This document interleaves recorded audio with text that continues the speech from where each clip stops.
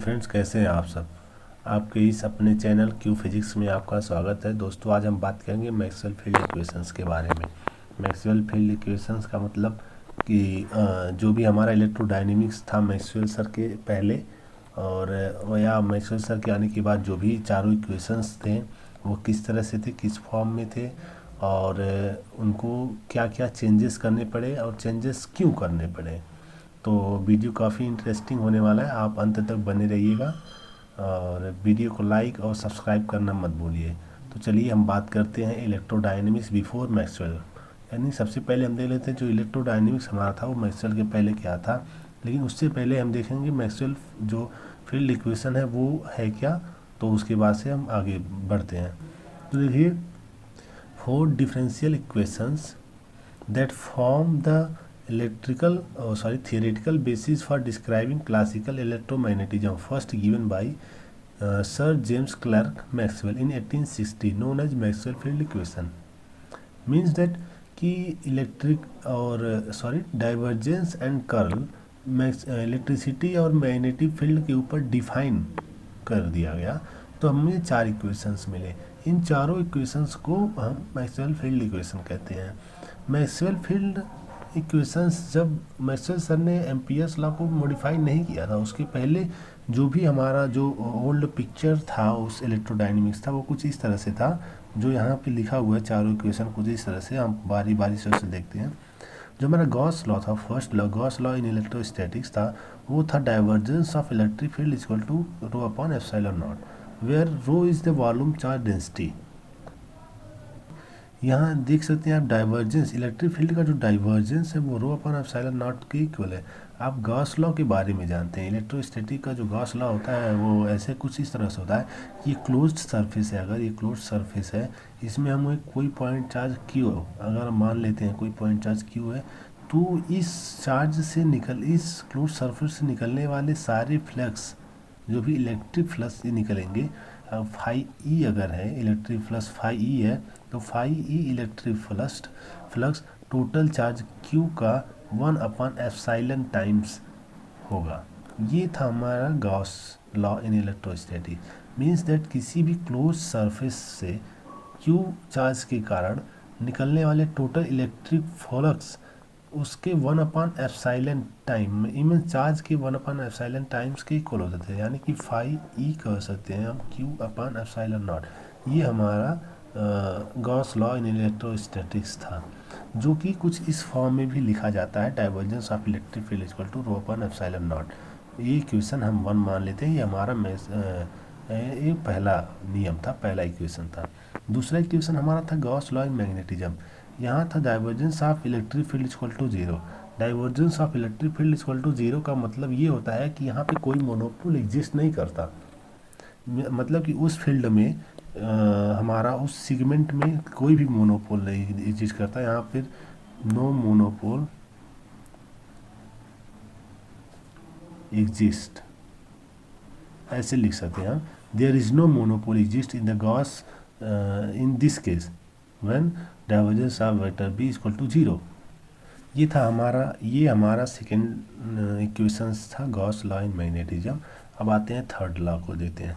Third law था curl of vector e equal to minus del B upon del T. यहाँ ये जो B है हम देख सकते हैं ये मैग्नेटिक फील्ड है और ये इलेक्ट्रिक फील्ड है, तो कह सकते हैं कि negative change of magnetic field है। Negative change of magnetic field वो इलेक्ट्रिक फील्ड प्रोड्यूस करता है।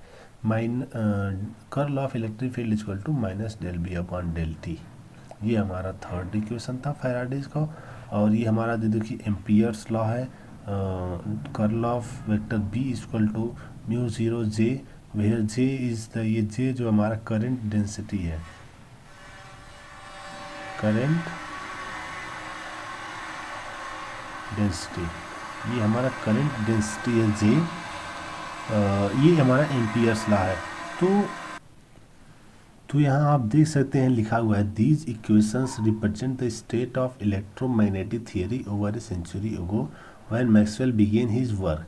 मीन्स दैट ये जो चारों इक्वेशंस हैं ये इलेक्ट्रोमैग्नेटिक थियरी को एक्सप्लेन करते थे जब मैक्सवेल सर ने अपना काम स्टार्ट नहीं किया था, या मैक्सवेल सर अपनी उनको जो उनके जो भी थॉट्स थे उन्होंने जब पब्लिश नहीं किए उसके पहले जो भी इलेक्ट्रोडायनेमिक्स के रूल्स एंड रेगुलेशंस थे वो इन चारों इक्वेशन पर बेस्ड थे। बट हमारे पास मैक्सवेल सर के आने के बाद उनके जो भी जब रिटेंस रूल्स एंड पास्टुलेट्स से जब वो पब्लिश हुए तो उन्होंने देखा कि ये जो इक्वेशंस है, ये इक्वेशंस का जो भी कर्ल है वेक्टर बी, ये म्यू जीरो जे के इक्वल है। यहाँ पे उनको एक क्या बोलते हैं कमी नज़र आई। वो कमी कैसे हम उस चीज़ को समझें कि वो कमी क्या थी और कैसे वो कमी उनको पता चली, तो उसके लिए हम पहले मैथ्स में एक जानते हैं कि divergence of curl, divergence of curl ये देख सकते हैं आप यहाँ। मान लीजिए कोई वेक्टर ए कोई क्वांटिटी है, ये जीरो होता है। मैथमेटिक्स में हम जानते हैं कि divergence of any curl is equal to zero, ये क्वांटिटी जीरो हो जाएगी। अगर ये चीज़ हम इस चीज़ पे अप्लाई करें इक्वेशन थर्ड पे सपोज दैट, तो यहाँ का जो हम इस चीज़ का डाइवर्जेंस लेंगे तो minus del vector B upon del T, ये जो हमारा है curl of vector is equal to minus del vector B upon del T, इस पर हम डाइवर्जेंस लेंगे तो divergence of this quantity and minus del upon del T divergence of vector B. तो ये कंसिस्ट है हमारा इक्वेशन, यहाँ पे जीरो आता है और इक्वेशन भी जीरो आता है, और यहाँ पे हमें गड़बड़ मिल जाती थी, यहाँ दिक्कत होती थी। वो दिक्कत कैसे आती थी और ये कैसे होता था उसको हम यहाँ नेक्स्ट स्लाइड में देखेंगे। तो चलिए देखते हैं। यहाँ देखिए हमने हेडिंग डाला है inconsistence of Ampere's law. Means जो हमने अभी यहाँ चीज़ें ये आपको बताई और ये बाकी चीज़ें वहाँ यहाँ इस स्लाइड में उसको हम और अच्छे तरीके से देखेंगे। According to old rule of mathematics divergence of curl is always zero, that is if we apply this rule on equation third everything work out. Means अगर इक्वेशन थर्ड में हम डाइवर्जेंस ऑफ इलेक्ट्रिक फील्ड, ये divergence of curl of electric field, इस quantity का divergence लेंगे तो हमारे पास ये जो आएगा वैल्यू ये जीरो आएगा, यहाँ जीरो आएगा। बट अगर इसके RHS में जाते हैं, यहाँ पे हम डाइवर्जेंस लेते हैं तो हमारे पास आएगा, देखिए divergence of minus del vector B upon del T minus del divergence of vector B upon del T. अब ये डाइवर्जेंस ऑफ वेक्टर बी, ये डाइवर्जेंस ऑफ वेक्टर बी जो है ये इसकी वैल्यू हमें देखिए यहाँ पे दी हुई है, यहाँ पे divergence of vector B equal to zero. इस क्वांटिटी को जब यहाँ आप पुट करेंगे तो आप देखेंगे यहाँ पर भी जीरो आ गया। इसका मतलब ये इक्वेशंस हमारे इस आइडेंटिटी को, ये इस स्टेटमेंट को आइडेंटिफाई कर रहा है, इसको सेटिस्फाई कर रहा है। बट जब यही सेम चीज़ हम इस इक्वेशंस में एम्पियर्स के लॉ में अप्लाई करते हैं, तो हम जब सेम चीज़ हम इस एम्पियर्स के लॉ में अप्लाई करते हैं तो हमें वो सारी चीज़ें सही ढंग से नहीं मिल पाती हैं। कैसे, जैसे देख लीजिए, but when we do the same thing in Ampere's law then there are some problem arise. That is, जब एम्पियर्स लॉ का हमने डाइवर्जेंस लिया तो ये तो जीरो क्वांटिटी आ गई। इसका मतलब इसका मतलब इस क्वांटिटी अगर ये हमारा जीरो आता है, divergence of this will be zero, then divergence of J also should be zero. ये जो भी इसका जीरो होना चाहिए डाइवर्जेंस, ये डाइवर्जेंस जे ये also should be zero. But यहाँ पे देखिए अगर हम डाइवर्जेंस इसका ले रहे हैं, ये जीरो आ रहा है तो इसका मतलब ये भी जीरो होगा, बट म्यू जीरो, ये divergence of J will not zero because of equation of continuity. Equation of continuity is nothing but A conservation of charge. मतलब इक्वेशन ऑफ कंटिन्यूटी ये होती है del rho upon del T, इसी form में मैंने ये ऊपर लिखा हुआ है।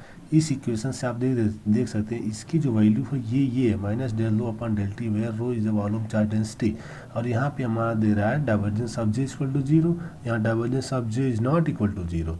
इसका मतलब यहाँ जो डाइवर्जेंस ऑफ जे है ये भी जीरो नहीं होना चाहिए, जीरो के बराबर नहीं होना चाहिए। अगर ये जीरो के बराबर हुआ तो ये हमारा इक्वेशन ऑफ कंटिन्यूटी रॉन्ग हो जाएगा।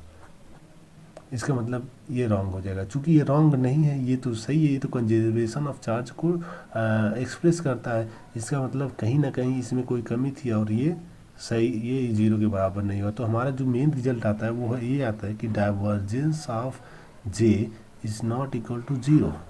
मतलब ऐसे यहाँ देखिएगा, divergence of J is not equal to zero, मतलब अगर ये डाइवर्जेंस ऑफ जे जीरो के बराबर नहीं है, इसका मतलब ये भी बराबर नहीं होगा जीरो, इसका मतलब ये भी जीरो के बराबर नहीं है, क्योंकि इस इक्वेशन से दोनों बराबर, अगर ये जीरो नहीं है तो ये जीरो कैसे हो सकता है, अगर ये जीरो नहीं है तो ये भी जीरो नहीं होगा, ये भी कोई ना कोई क्वांटिटी होगी। अगर ये कोई क्वांटिटी होगी तो हमारा, तो हमने जो ओल्ड रूल अपना लगाया था divergence of curl is always zero, यहाँ पे देखिए लिखा है मैंने divergence of curl is always zero, ये तो गलत हो गया, क्योंकि ये तो सही है, ये तो इस केस में फॉलो कर रहा है, इस केस में फॉलो नहीं कर रहा है। तो इस इक्वेशंस में तो एम्पियर्स लॉ में एक इनकन्सिस्टेंसी पाइए कि एम्पियर्स लॉ हमारा इनकम्प्लीट है, ये एम्पियर्स लॉ इनकम्प्लीट है। तो मैक्सवेल सर ने इसको मॉडिफाई किया और इसका एक न्यू, कह सकते हैं आप, न्यू इक्वेशंस दिया, जिसको हम मॉडिफाइड मैक्सवेल इक्वेशंस के नाम से जानते हैं। वो कुछ इस तरह से होता है, अभी हम आगे वाली स्लाइड में आपको बताएंगे वो होता क्या है। वो कुछ इस तरह से होता है, ये mu zero epsilon not del vector E upon del T, ये होता है मॉडिफाइड एम्पियर्स लॉ।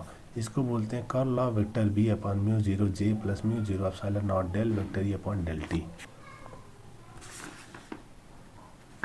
यहाँ पे देखिए आप, जो इनकन्सिस्टेंसी के बाद जो हमारा जो न्यू मैक्सवेल इक्वेशन आया वो ये था, इसमें तो कोई चेंजेस नहीं हुआ।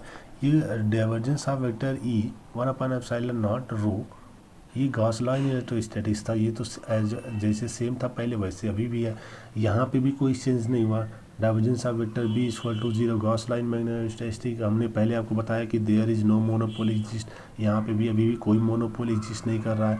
सेम चीज़ यहाँ पे आप देख सकते हैं कि curl of electric field equal produces negative change of magnetic field, इसका मतलब यहाँ पे भी कोई चेंज नहीं है। बट यहाँ पे ये जो चेंज आया, ये एक पहले एम्पियर्स का लॉ था, बट मैक्सवेल सर ने इसको भी उसमें ऐड किया। ये mu zero epsilon not del vector E upon del T, ये जो चीज़ है ये कुछ नहीं, डिस्प्लेसमेंट करंट है, डिस्प्लेसमेंट ये करंट है। डिस्प्लेसमेंट करंट को इस एम्पियर्स लॉ में इधर ऐड किया तो ये जो मॉडिफाइड एम्पियर्स लॉ मिला, ये न्यू मैक्सवेल फील्ड का इक्वेशंस था जो 1860 के बाद मैक्सवेल सर ने इसको दिया। इस वजह से हम इसको कहते हैं मॉडिफाइड एम्पियर्स लॉ। इसके पहले ये एम्पियर्स लॉ था, अब ये मॉडिफाइड एम्पियर्स लॉ के नाम से जाना गया। तो ये न्यू मेरा इक्वेशन ऑफ, ये इक्वेशंस जो होता है ये भी चार्ज कंजर्वेशन ऑफ चार्ज को शो करता है। इस इक्वेशन से हम कंटिन्यूटी का इक्वेशंस भी क्या कर सकते हैं, वेरीफाई कर सकते हैं। इस इक्वेशंस की मदद से हम equation of continuity in electrodynamics, जिसका जिक्र हमने यहाँ से किया, ये इक्वेशंस जो है, ये इक्वेशंस जो भी है, ये इक्वेशन हम इस इक्वेशंस की मदद से अब सॉल्व कर सकते हैं, इसको एक्सप्रेस कर सकते हैं। ये कैसे कर सकते हैं, हमने एक वीडियो बनाई है, आप उस वीडियो को आप जा करके देख सकते हैं, वो कैसे आता है इक्वेशन ऑफ कंटिन्यूटी का इक्वेशन इस इक्वेशंस की मदद से। तो देखिए कैसे हमने देखा कि जो हमारा जो पहले ओल्ड पिक्चर था इलेक्ट्रोडायनेमिक्स था, वो कुछ इस तरह से था, वो जो चार इक्वेशंस थे कुछ इस तरह से एक्सप्रेस थे। बट मैक्सवेल सर के आने के बाद मैक्सवेल सर ने इन चारों इक्वेशंस को देखा और इस इक्वेशन में उन्होंने इनकन्सिस्टेंसी पाई कि ये इक्वेशन इनकम्प्लीट है, और इसको जो उन्होंने इसकी जो कमियां थी उसको दूर करके उसको कंप्लीट किया, और उसको कंप्लीट करके न्यू इक्वेशन दिया, और न्यू इक्वेशन कुछ इस तरह से है। तो आप देख सकते हैं कि जो मैक्सवेल का जो चारों न्यू इक्वेशन है वो ये है, और न्यू इलेक्ट्रोडायनेमिक्स आफ्टर मैक्सवेल, अब इसको चारों के इक्वेशंस को कहते हैं जो इलेक्ट्रोमैग्नेटिक थ्योरी को स्टेट करती है, और इलेक्ट्रोडायनेमिक्स बिफोर मैक्सवेल जो इलेक्ट्रोमैग्नेटिक थ्योरी स्टेट होती थी वो इस चारों इक्वेशन से स्टेट की जाती थी। और जो तरीका था, हम जिस तरीके से इसको समझ सकते हैं वो ये था, इनकन्सिस्टेंसी ऑफ एम्पियर्स लॉ। इस एम्पियर्स लॉ की इनकन्सिस्टेंसी जो थी वो इस आइडेंटिटी के बेस्ड पे हम इसको इनकम्प्लीट प्रूफ करते हैं। जो हम इसको देखते हैं थर्ड लॉ में इसको पहले अप्लाई करते हैं तो ये फॉलो करता है उस इक्वेशंस को। इसी थर्ड लॉ में ये इक्वेशन वो आइडेंटिटी फॉलो की जाती है। बट जब हम उसी सेम आइडेंटिटी को इस इक्वेशन में अप्लाई करते हैं तो हमारे साथ कुछ प्रॉब्लम अराइज हुई। उस प्रॉब्लम को दूर करने के लिए मैक्सवेल सर ने कुछ चीज़ें उसमें ऐड की, डिस्प्लेसमेंट करंट को इसमें ऐड कर दिया और हमारा न्यू मॉडिफाइड एम्पियर्स लॉ मिला, जो इसको हम मैक्सवेल फील्ड इक्वेशन का चौथा इक्वेशन कहते हैं। ये हमारा मैक्सवेल फील्ड इक्वेशन का जो चौथा इक्वेशन है। दोस्तों आज के लिए बस इतना ही। अगर कोई चीज़ आपको ना समझ में आई है तो इसके लिए आप हमें कमेंट बॉक्स में कमेंट कर सकते हैं। धन्यवाद।